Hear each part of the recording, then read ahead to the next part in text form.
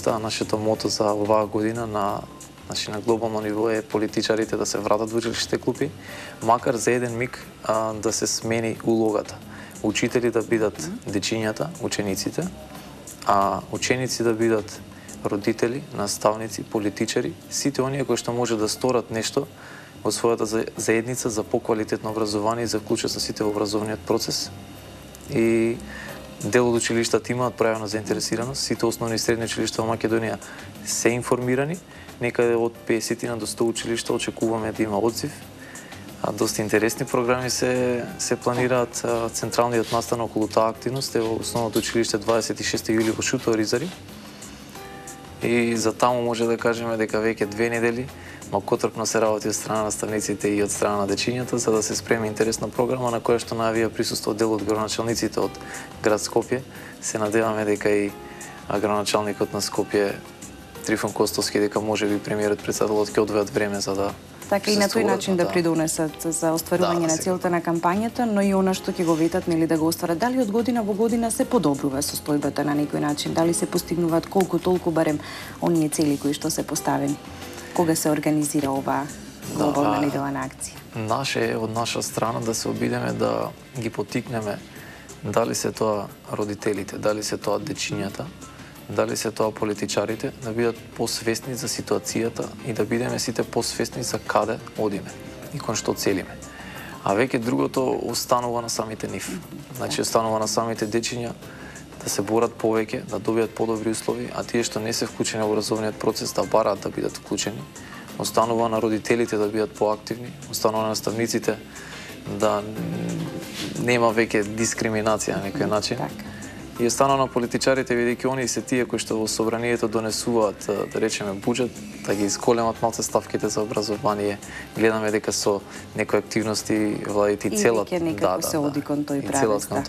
Успешноста на оваа акција би можела да се долови со тоа што образованието е моќ беше мото изминатите години, а тоа понатака беше значи и од владата на некој начин. Со повеќе кампањи промовирано, со што ви кажало дека и да речеме владата се сложува со тоа и дека кампањата е успешна. Така, секој има право на образование, она што е пропишано во Декларацијата на Обединетите нации од 48-та година и никој не треба да биде исклучен од образовниот процес. И сега да се задржиме на активностите во овие 7-8 денови кои што ги организирате во рамките на деновите, односно глобалната недела на акција, почнаа од вчера. Секој ден има активности, може ли еве накратко она најзначајното што ќе се случува? Значи на глобално ниво се случува од 21 до 27 април. Но во Македонија поради празниците се обидовме некако да го подстесниме периодот. Значи денеска ќе има следнава активност, тоа е еднодневна медиумска тура, каде што ќе има можност дел од медиумите да снимат спротивностите, да речеме. Деца кои што немаат услови за образование, кои што немаат може да бидат вклучени во образовниот процес и деца кои што имаат можности да бидат вклучени во образовниот процес, тоа прилично добри услови. Тоа ќе биде снимано во Скопје. Ќе започне денеска во 10 часот и ќе бидат до 12,5 часот. Исто така ќе бидат посетени локации. Спомнавте 48 година декларацијата за правата на човекот, меѓу кои што е вклучени правото на образование. Значи ќе има можност да се види лица родени таа 48 година кои што имале можност да се образуваат, исто така лица кои што немале можност да се образуваат. Заради најразлични причини. И како е образовниот процес кај лицата со посебни потреби. Така да преку на некој начин врзување со случај да се долови реалната слика за колку е значено образованието и колку е значен образовниот процес за на некој начин развојот на личноста, за животниот тек. Точно. И многу деца кои што за жал можеби немаат услови да се образуваат, кријат во себе големи потенцијали, а немаат можност тоа да го покажат и да го искажат, па за да напредуваат и понатаму во животот. Токму околу овој ден, вторникот е поголема вклученост околу медиумите за подоцна, да искочат и некои продукти во дел од емисиите, во дел од пишаните медиуми. Околу среда, таа е наша централна активност. Среда, најголемиот училишен час. Најголемиот училишен час. Што значи таа? Најголемиот училишен час, обично кога ќе раскажувам, да речеме, на пријателите или на другите, кога ќе кажеме 30 минути, сега па 30 минути не е најголемиот. И тука, почнувам да објаснувам дека се одвива во над 200 земји.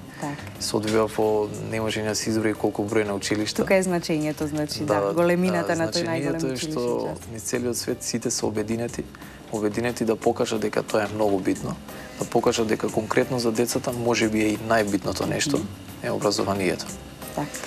Најголемиот училишен час ќе се одвива по определена структура, значи 30 минутен час кој што ќе има свој почеток, отприлика како би течела содржината и свој крај. Ќе се одвива во Македонија во 10 часот. Понудени се 3 временски зони и понудена е содржина на часот за да влезе во Гинисовата книга на рекорди. Значи мора да биде поред определени процедури за да влезе во Гинисовата книга на рекорди.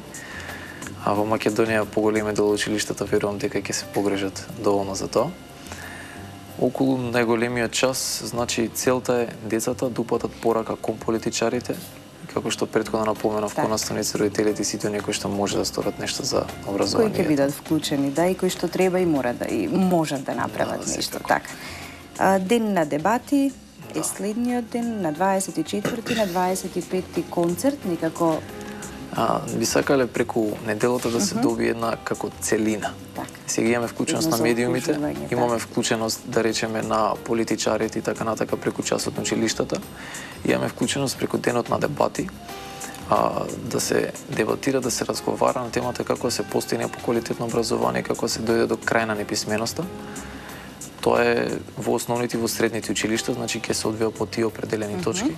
Додека на филозофскиот факултет со работка со студентскиот сојуз ќе се организира дебата на која што поголемиот дел од студентските организации ќе дебатираат како неформалното образование може да допринесе за поквалитетно по целина на образовниот процес. Додека за петок е планиран настан, тој настан би ја промовирал работата на председателот на Сдруженијата на граѓани, работата на секциите во училиштата, ќе промовира интересни начини, значи освен класичниот начин на образование, како може да се едуцираат младите. Да се види дека може младите да се едуцираат преку игра, преку забава, преку некои интересни работилници, може да се работи на социјални и комуникацијски вештини. Исто така преку, да речеме, преку дебатирање, преку дали е тоа пишување писма или така натака, на многу интересни забавни начини. Начини и модели, за да се многу често го споменувам примерот дека има, да речеме, во детската амбасада Негиши, има дечиња кои што, да речеме, не посетуваат училиште, но со големо нетрпение и ентузијазам доаѓаат на дел од тие работилници. Така да и тоа би сакале дополнително да го промовираме за да си добијат на некој начин тој сегмент како неформално образование, да го добијат заслуженото место во Македонија, бидејќи веќе го има заслуженото место во светот. Така, да. Навистина многу активности во целата оваа работна седмица. Да, еве можеме да го покажеме и флајерот. Ние утре на најголемиот училишен час ќе бидеме присутни со камера, ќе го регистрираме тоа што вие ќе го направите.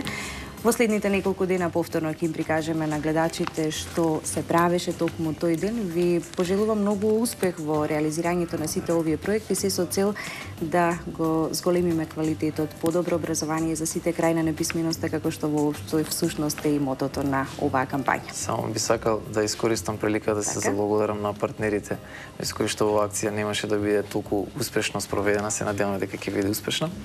Нашите партнери се МЦМС, Македонскиот центар за меѓународна соработка и Космофон, до кој што, значи, секогаш е потребна помош за да се изреализираат многу проекти. Се соодветни партнери, исто така и од партнерските организации. Го правиме најдоброто за децата, меѓутоа во случајов и не само децата, за поквалитетно образование, туку образование комплетно на сите, вклученост на сите во образовниот процес. Ви благодарам уште еднаш. Благодарам и на вам. Продолжуваме со